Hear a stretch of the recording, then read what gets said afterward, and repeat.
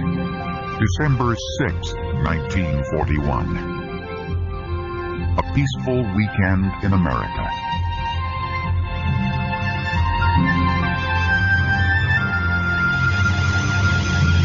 But out in the Pacific, a firestorm was gathering.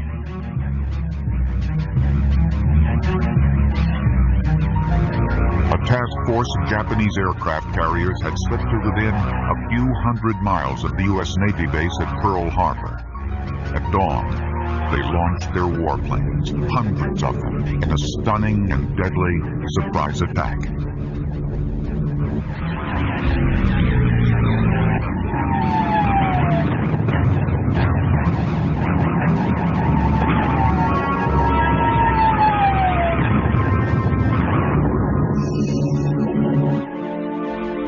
For the United States, a long period of isolationism had come to a swift and tragic end. World War II, already raging in Europe for 2 years, had finally hit home, and a sleeping giant had awakened. The war would demand great feats of courage on the battlefields of Europe, across the vast expanses of the Pacific, and miles overhead, high in the sky.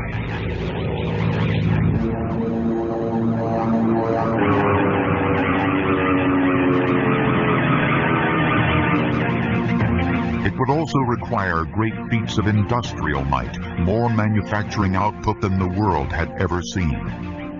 Thousands of heavily armed warships to sweep the seas, tens of thousands of tanks to punch through German lines, and hundreds of thousands of warplanes, planes enough to darken the skies.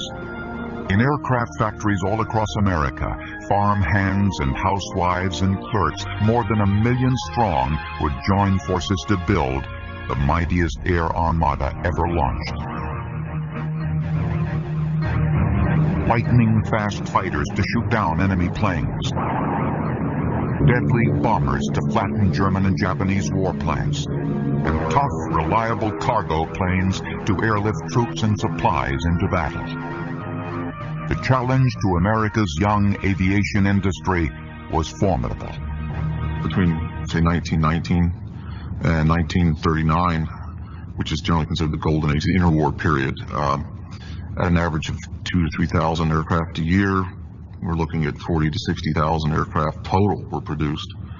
By 1944, in 1944 alone, the United States produced almost 100,000 airplanes. Production was incredible, figures that were highly unimaginable years before. By the end of the war, some 300,000 military aircraft had been produced. What this required was an incredible managerial and organizational ability that no other industry had manifested before then. American warplanes would soon become the stuff of legend. So would the men who created them.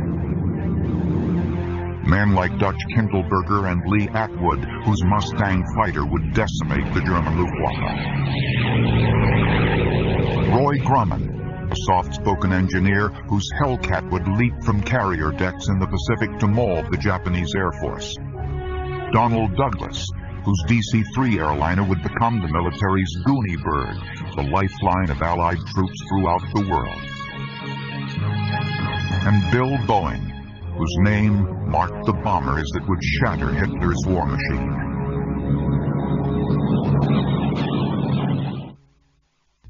Ironically, just 20 years before, mere survival was the toughest battle most airplane manufacturers were fighting. In the early 1920s, barnstormers captivated the nation's fancy with feats of aerial daring. But while airplane pilots enjoyed fame and fortune, airplane manufacturers struggled to find a market for their wares. Surprisingly, the man who finally set the pattern for success was not an aviator, but a wealthy Northwest timber baron. His name was Bill Boeing. Bill Boeing was a millionaire many times over, long before he got into the aviation business. He was a financial genius, if you will. He was not a builder in the sense of he was not a designer or an engineer. but he knew the financial world, and he brought in the best people he could find to run his companies, which is why his company was so successful. Boeing's big opportunity came in 1925 when the U.S. Post Office opened the nation's embryonic airmail routes to private contractors. Boeing put in a low-ball bid on the longest and hardest route, Chicago to San Francisco, and soon surprised competitors by turning a profit. Soon, Boeing started carrying passengers along with the mail, and the pioneering U.S. airline was born. Boeing's air transport subsidiary became United Airlines. In 1933, in the heart of the Great Depression, Bill Boeing unveiled a dazzling new airliner called the 247. Well, the Boeing 247 is widely considered to be the first modern airliner. Modern in the sense that it was all metal construction, cantilevered wings, in other words, it had internal supports, retractable landing gear, cowled engines, controllable pitch propellers, major breakthrough. Its cruising speed was about 160 miles an hour, which was 60% faster than contemporary airliners at the time, the likes of the Ford Trimotor and whatnot. The Boeing 247 first flew on February 8, 1933, entered service about a month or so later with United Airlines, and completely revolutionized air transportation in the United States. Boeing's 247 rendered all other airliners obsolete. Then the Boeing company made a mistake that would haunt it for decades. TWA, one of United's fiercest rivals, ordered 20 of the new airliners. But Boeing refused the order. The first 60 planes were earmarked for United. Saddled with obsolete planes, TWA desperately sought another builder to produce a competitive model. Finally, a designer in Los Angeles took the job. His name was Donald Douglas. Douglas's challenge to the Boeing 247 was a prototype he called the DC-1. But he never sold DC-1s. Instead, he leapfrogged straight to improved production models, the DC-2, and soon an even better model, the DC-3. The DC-3 introduced wing flaps which added lift, allowing the plane to use shorter runways or land at slower, safer speeds. More powerful engines, which gave the plane a top speed of 200 miles an hour, and a 21-passenger cabin, which gave the plane far more earning power than the 10-passenger Boeing design. Virtually every American airline going into World War II was flying DC-3s. That was the standard American airliner. 21 passengers, it would cruise at higher altitudes, at greater speed, with greater range than any other passenger airliner in the sky. And it had the right economics, the right combination between costs and performance. So it became the standard by which all other commercial airliners were judged. Even United Airlines, whose monopoly on the Boeing 247 had triggered the Douglas design, replaced its Boeing planes with Douglas airliners. But it was the outbreak of World War II that launched the Douglas plane by the thousands. We took the small passenger door out on the left side of the airplane and put in a big door. Then we beefed up the fore structure so that we could carry cannon or various artillery pieces, and you could actually run a Jeep up into the cabin of a DC-3. And the door was wide enough to load cargo. And also, part of the door would come off so they could drop parachute jumpers out of it. Dressed in olive drab, the military version of the DC-3 was officially named the C-47. But soldiers fondly called it the Goonie Bird for the ungainliness with which it lumbered into the air with its loads. The Douglas plane came to dominate military transport, just as it had passenger service. But the Boeing company was not about to sit on the sidelines. Boeing began work on a new plane and came roaring back into the heat of battle with a plane that would become a legend. By the late 1930s, Donald Douglas was the nation's foremost aircraft builder. The success of the DC-3 turned his factory into a beehive of activity. With the outbreak of war, the beehive became a hornet's nest. But Douglas's rival, Boeing, was also carried aloft on the winds of war. After the untimely death of its 247 commercial airliner, Boeing's engineers concentrated on designing planes for the military. By 1935, they had unveiled the prototype for a remarkable new bomber, the B-17. The B-17 was big, tough, and armed to the teeth.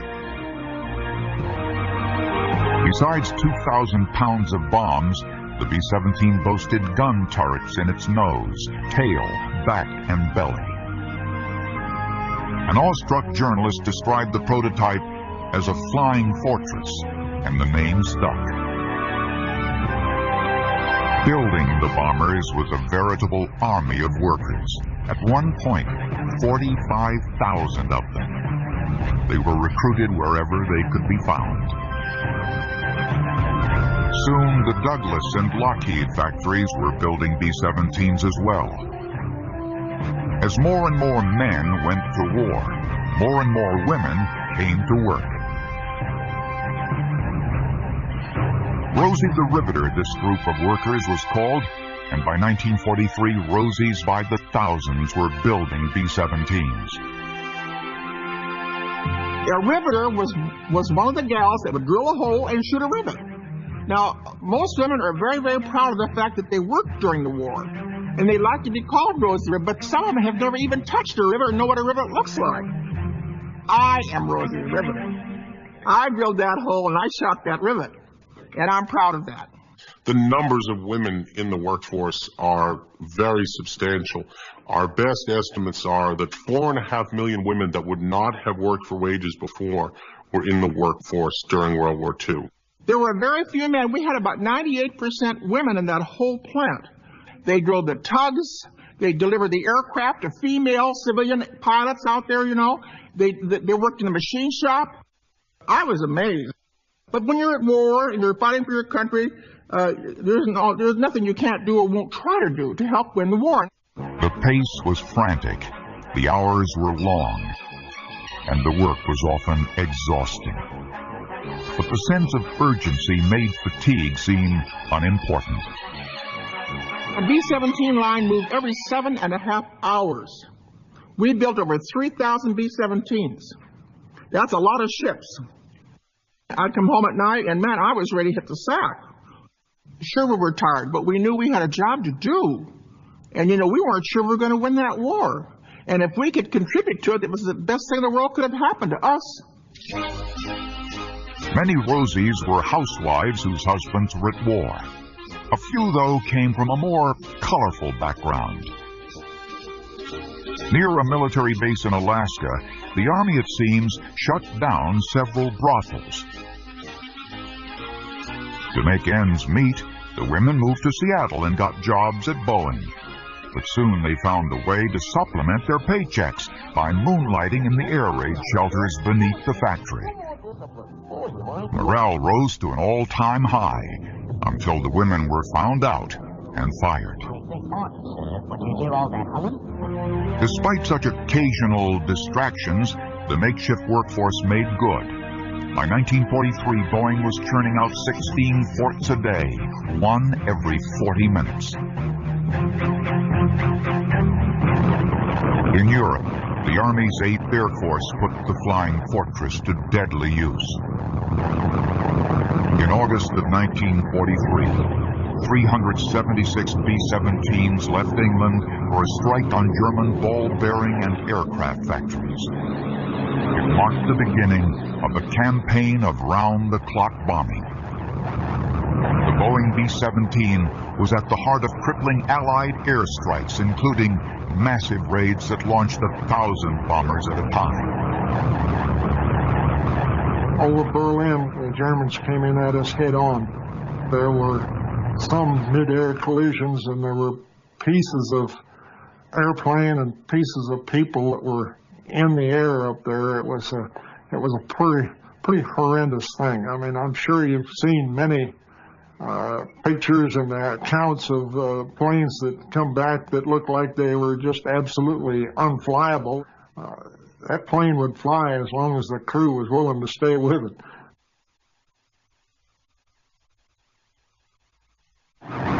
The B-17s inflicted a fearsome toll, not just on the ground, but in the air as well. B-17 gunners shot down 2/3 of all enemy fighters destroyed during the war.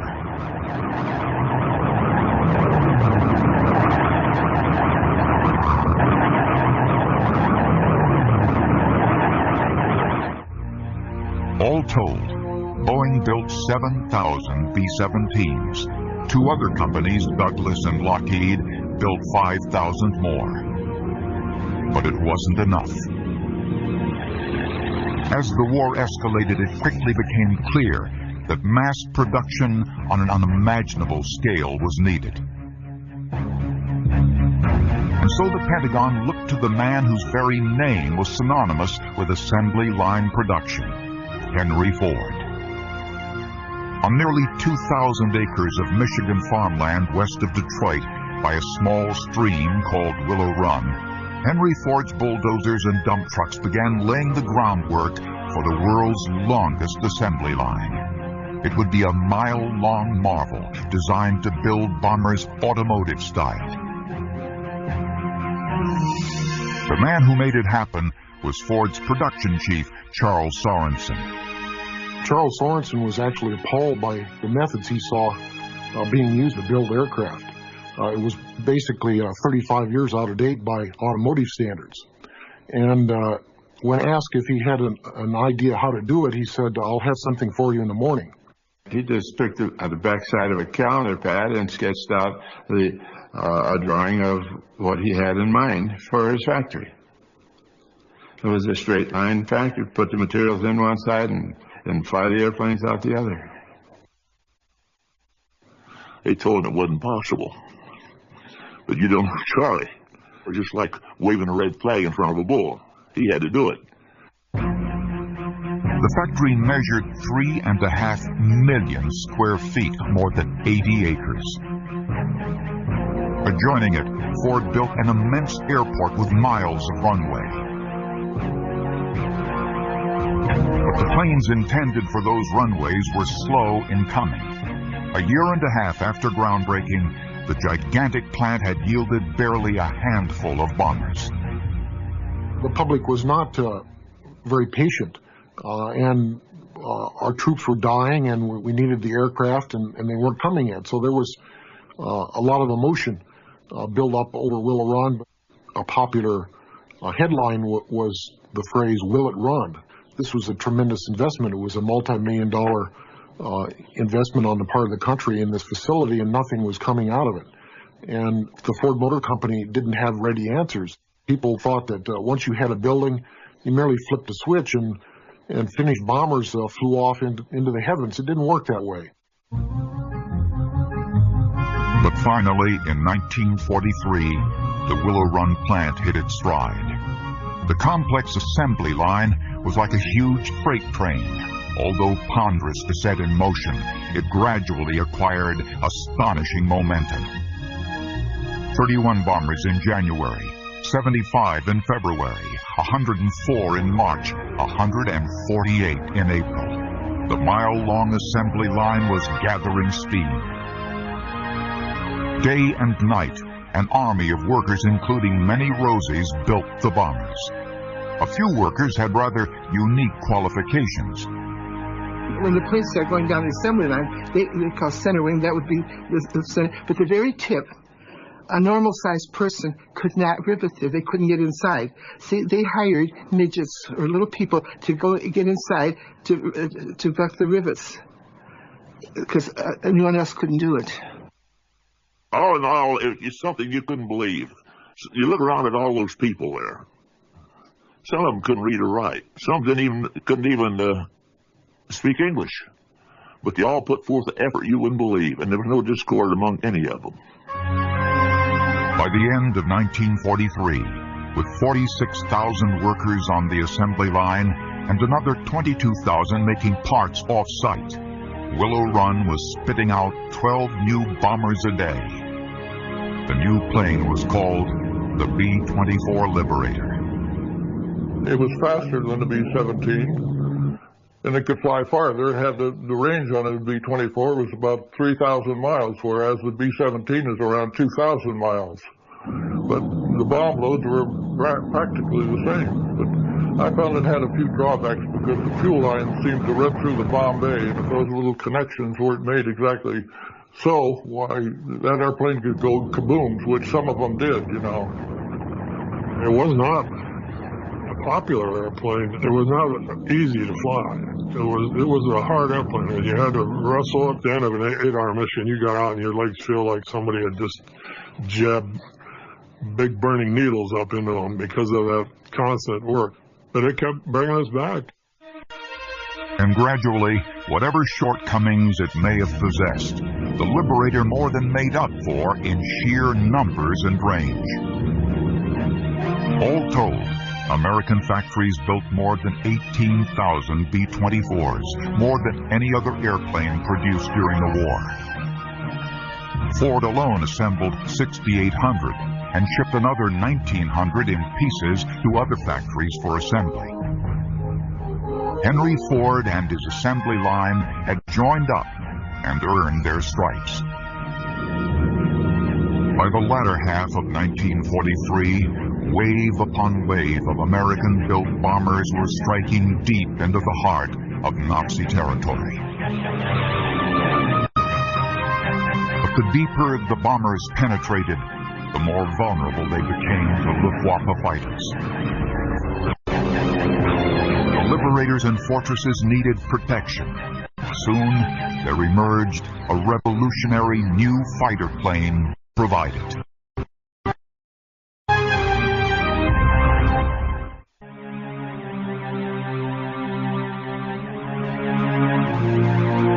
To defeat Adolf Hitler, it was essential that the Allies cripple the factories of the Nazi war machine. Britain's Royal Air Force mounted massive nighttime bombing attacks. America's 8th Air Force staged daring daylight raids. The raids took a deadly toll on both sides. As Allied bombers struck deeper and deeper into the heart of Germany, going far beyond the range of their escort fighters, German interceptors brought down a heartbreaking number of planes.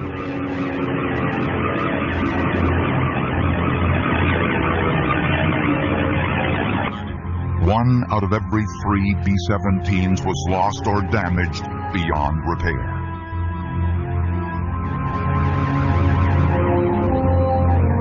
The Allies needed a faster, deadlier escort, one that could go the distance with the bombers and outfight Germany's best fighters. The need would be met by a company that had never even built a fighter plane, North American Aviation. In the spring of 1940, North American got an urgent request from Great Britain. Desperate for fighters, Britain asked for bids on 100 P-40s, airplanes designed nearly 5 years earlier. Dutch Kindleberger, North American's president, feared that the outdated P-40 couldn't hold its own against faster German aircraft. I talked to Dutch about the possibility of designing an airplane of our own, a fighter, and I knew that we couldn't get a time truck from the Air Corps because we hadn't built one. But Britain was desperate. When North American proposed building a new fighter, the Brits ordered 320 of them sight unseen. North American got the go-ahead in April of 1940, 2 days after Germany invaded Norway. The fighter's official designation was the P-51. Its name, coined by the Brits, was the Mustang. North American had just 100 days to produce the prototype, an unheard-of schedule for a new design. Adding to the pressure were the plane's revolutionary features: a thin, streamlined wing and an innovative radiator whose jet-like exhaust added some 30 miles an hour to the plane's top speed. As the plane took shape, Hitler provided a grim reminder of what was at stake. He launched a fierce airborne assault on Britain, the prelude to an invasion.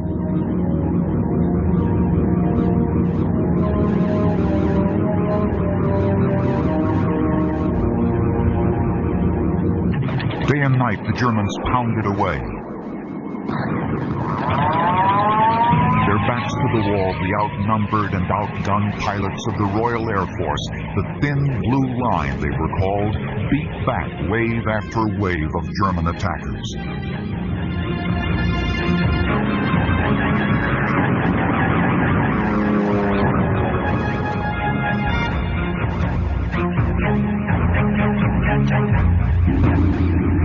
The battle had stretched the thin blue line perilously close to breaking. The Mustang was needed more than ever. At North American, work continued at a fever pitch. But suddenly, a disastrous problem loomed, not with the Mustang's exotic design, but with North American's own workers, a wildcat strike by the local union demanding higher pay. This is a very controversial strike because there's some evidence that the local union did have leaders that were either belonged to the Communist Party or at least were influenced by communist ideology. And so therefore it became a real lightning rod for the debate over communism at the time. As the strike went on, eventually Roosevelt brought in the army to break the strike. And again, this was quite shocking to the labor movement. The president's strong stance worked, and soon Mustang fighters took to the skies at speeds approaching 400 miles an hour. But the Mustang was just getting warmed up. In 1942, the Mustang's General Motors engine was replaced by a powerful Rolls-Royce engine called the Merlin. I'll never forget when the flight test came in, for speed, they had level flight speed at 25,000 feet, 443 miles an hour. It could outfly any plane in Hitler's Air Force. The Mustang's performance swiftly earned it the reputation as the best fighter in Europe. And with auxiliary fuel tanks, its range stretched to more than 2,000 miles, enough to reach the most distant targets in Germany. P-51 is a type of airplane would do almost anything you ask it to, from 35,000 feet down to what we call the deck, down to ground level. We began to fly these missions in P-47s. In June of 1944, we switched over to the P-51C. It was almost like climbing out of a Mack truck into a Rolls-Royce. North American was swamped with orders and expanded dramatically to meet the demand. In 3 plants, we peaked out at about 105 or 110,000 people. Big factory at Kansas City, Kansas, and another in Dallas, Texas. By the 4th Mustang model, the P-51D, with its distinctive bubble canopy, demand had skyrocketed. Nearly 8,000 of them galloped off the assembly lines. The Luftwaffe could not withstand the stampede. Mustangs soon ruled the sky, shooting down nearly 5,000 enemy aircraft and destroying another 5,000 on the ground. We started out by doing bomber escort. We did dive bombing. The Mustang, of course, was a tremendous dive bombing airplane, not only to mention its speed, but it had the capability to carry 2 1,000-pound bombs, which in those days was a pretty good bomb load. Without a doubt, the Mustang was the best prop-driven aircraft of World War II. The Mustang became the dominant fighter in the skies over Europe. But half a world away, in the skies above the Pacific, that distinction belonged to a fighter plane from a place called the Iron Works. In the bloody battle for the Pacific, the U.S. finally evened the score with Japan at the Battle of Midway, fought in June of 1942.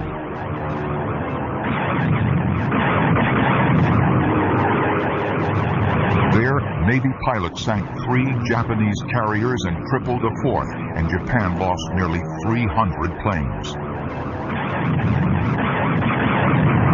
It was a sign of things to come. The war in the Pacific marked the combat debut of the aircraft carrier for both Japan and the United States, and it was a most convincing debut. Carrier-based airplanes swept the skies for hundreds of miles around their ships, and the major naval battles of the Pacific were won or lost by air power.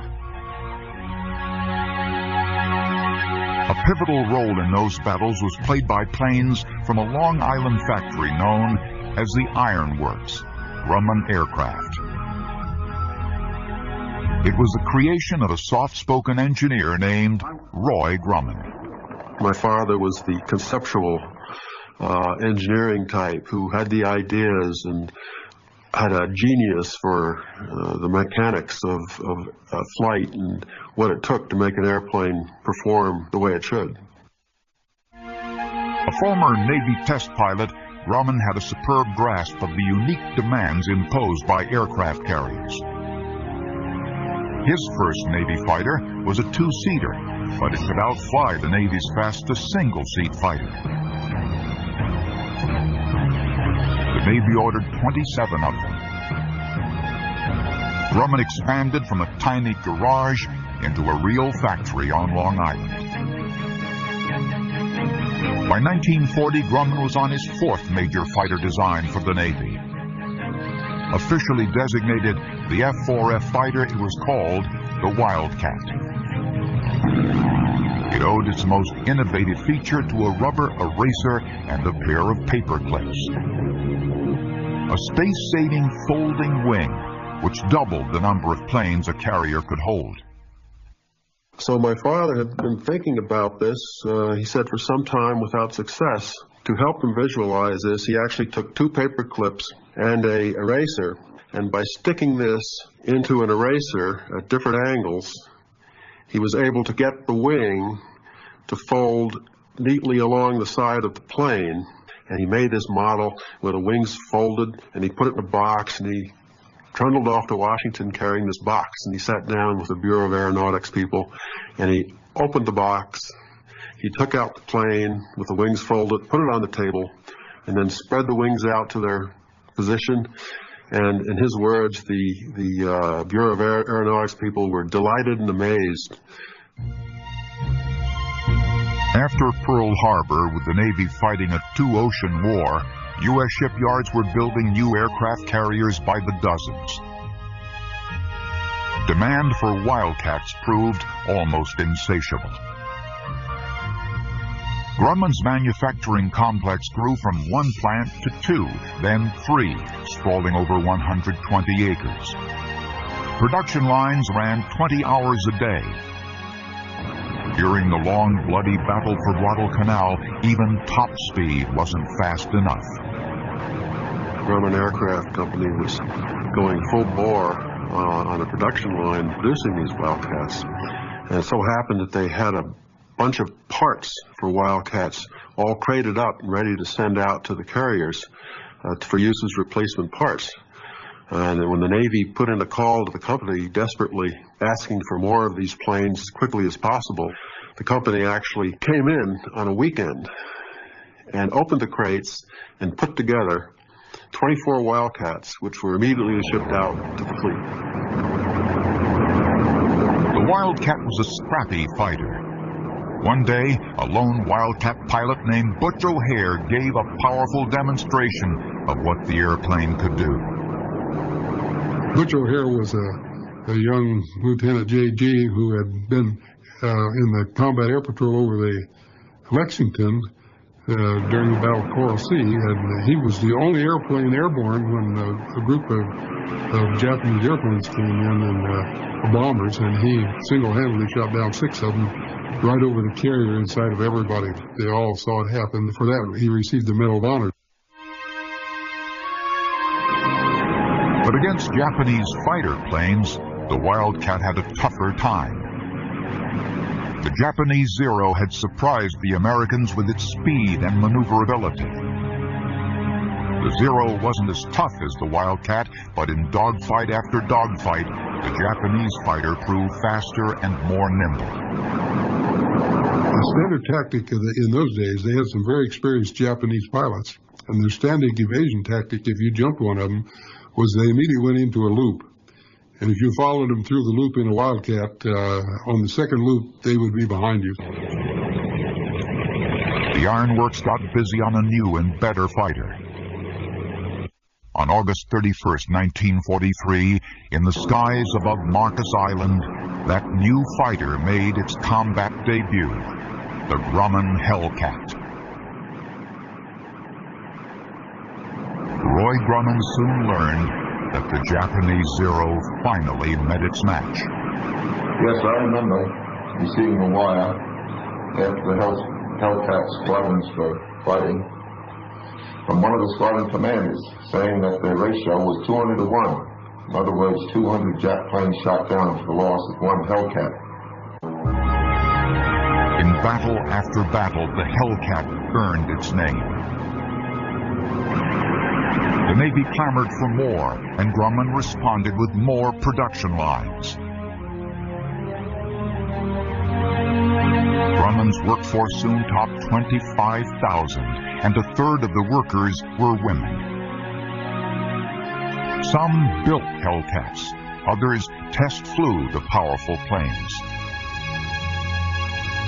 To keep women on the job, Grumman opened daycare centers. To keep wounded soldiers alive, the company held regular blood drives. To keep morale high, there were musical concerts at lunchtime. To keep employees fit, the company organized daily calisthenics and intramural softball.